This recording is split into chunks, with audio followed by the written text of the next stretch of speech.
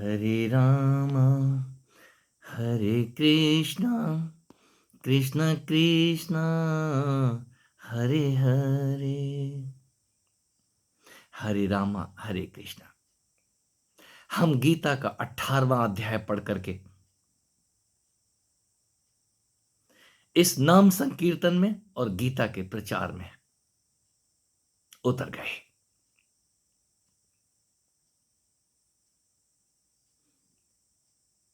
गलत तो कुछ भी नहीं है। यदि आप उतर गए हैं तो गलत यहां कुछ भी नहीं है।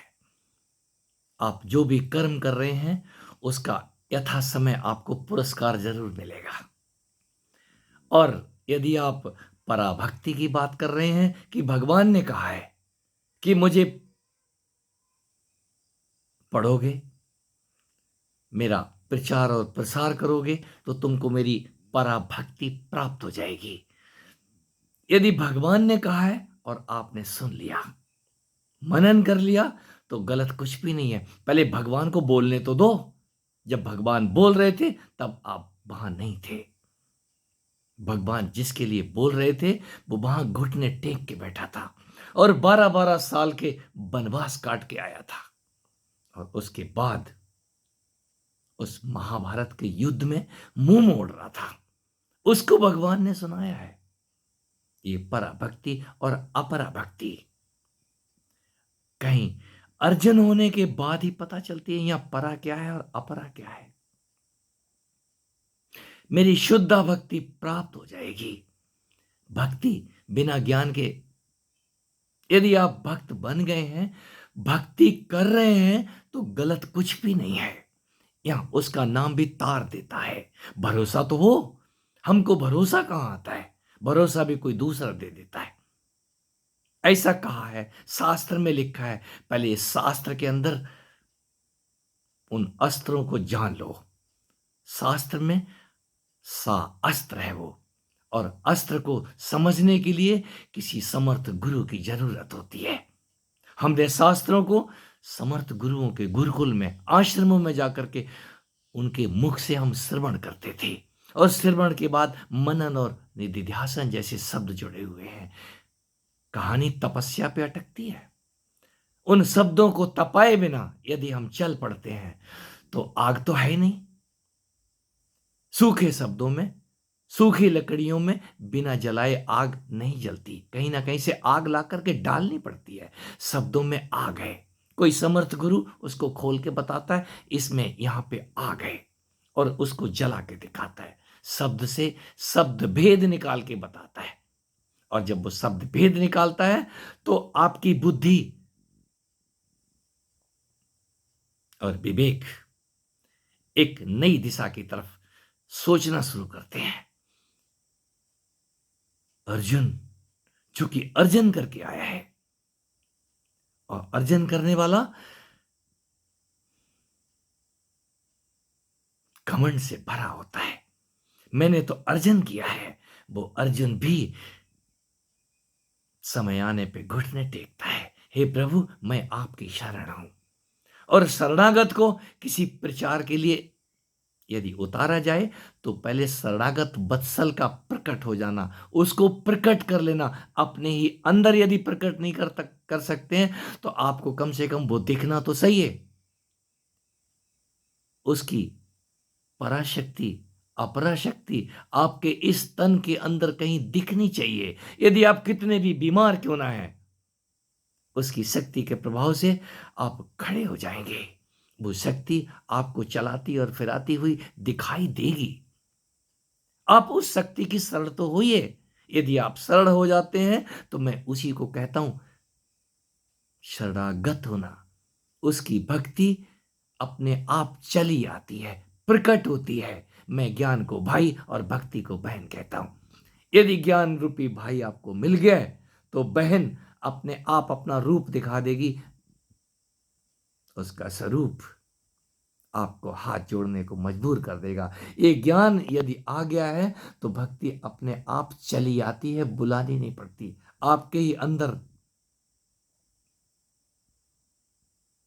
वो सब कुछ होना शुरू हो जाएगा, जिसको आप प्रचार कहते हैं। आपके कंठ से गीत अपने आप निकलने शुरू हो जाएंगे। हरे रामा हरे कृष्णा, किसी को सुनाने के लिए नहीं। हम संकीर्तन किसी को सुनाने के लिए करते हैं तो उसमें थोड़ी देर मनोरंजन हो जाएगा, थोड़ी देर की शांति मिल जाएगी, और इसके बाद आप थक करके पसर जाएंगे। कारण क्या? कीर्तन करके आए, थक गए हैं। मैंने कीर्तन मंडली के साथ बरसों बरस गुजारे हैं। जिनको यकीन नहीं है, मुझे वृंदावन के प्रवास के दौरान जिन्होंने देखा है, मैं वृंदावन वासी भी हूं। वृंदावन, उसी वृंदावन की बात कर रहा हूं जिसकी तरफ आप इशारे समझ रहे हैं। वहां भी मैंने वही सब देखा है, और वो सब है उस धूल और मिट्टी में नहाने के बाद आज खड़ा हुआ हूं, आज उसके गीत गाता हूं। उसके गीत फूटते हैं, वही बोलते हैं। जब वो वही बोलते हैं, प्रचार तभी संभव है। और फिर जो भी आप बोलेंगे, उसके गीतों में झनकार होगी। आप मरते मरते भी कीर्तन कर रहे होंगे, तब भी उसकी वाणी में गूंज होगी, और वो गूंज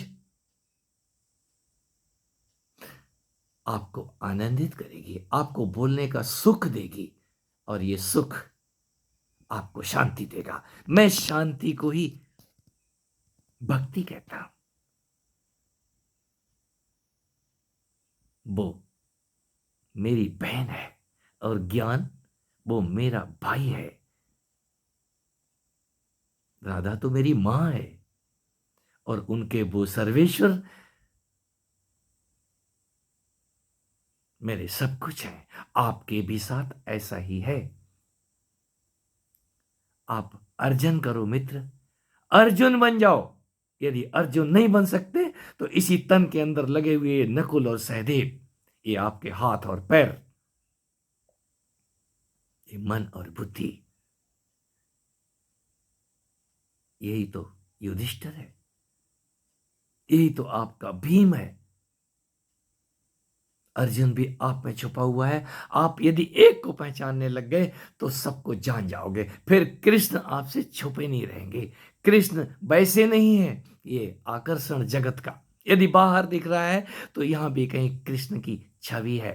वो छुपे हैं ना, वो आकर्षण यदि बाहर खींच रहा है, एक दिन वही आकर्षण, वही भोगों का आकर्षण आपको योग की तरफ खींचने लग जाएगा। अभी मेरी मत मानो, आप जैसे भी कर रहे हैं वैसे चलते रहो। कोई मिल जाता है, जाना हुआ, उसका हाथ थाम लो, उसके पद चिन्हों पे चलना शुरू करो। यदि चल नहीं सकते हो, तो उसकी वाणियों को आत्मसात करो। एक दिन आपको उसकी वाणियां याद आएंगी, सोते जागते वो स्वप्न में दिखना शुरू हो जाएगा। मेरे गुरु ने मुझे स्वप्न में दीक्षा दी थी, ये गलत नहीं है। मेरे गुरु ने मुझे स्वप्न में उपदेश किए हैं, ये गलत नहीं है। वो गुरु, वो गुरु रूप से प्रकट होता है। गुरुर ब्रह्मा गुरुर विष्णु, गुरु साक्षात गीता कहने वाला है। मैं उसी गुरु की शरण की बात करता हूं, और उसी गुरु की शरण में रहता हूं। आपको भी उसी गुरु के शरण जाने की बात करता हूं, जिसकी शरण में जाने के बाद सूखी रोटी भी मीठी लगने लग जाती है, पानी भी अमृत तुल्य लगता है।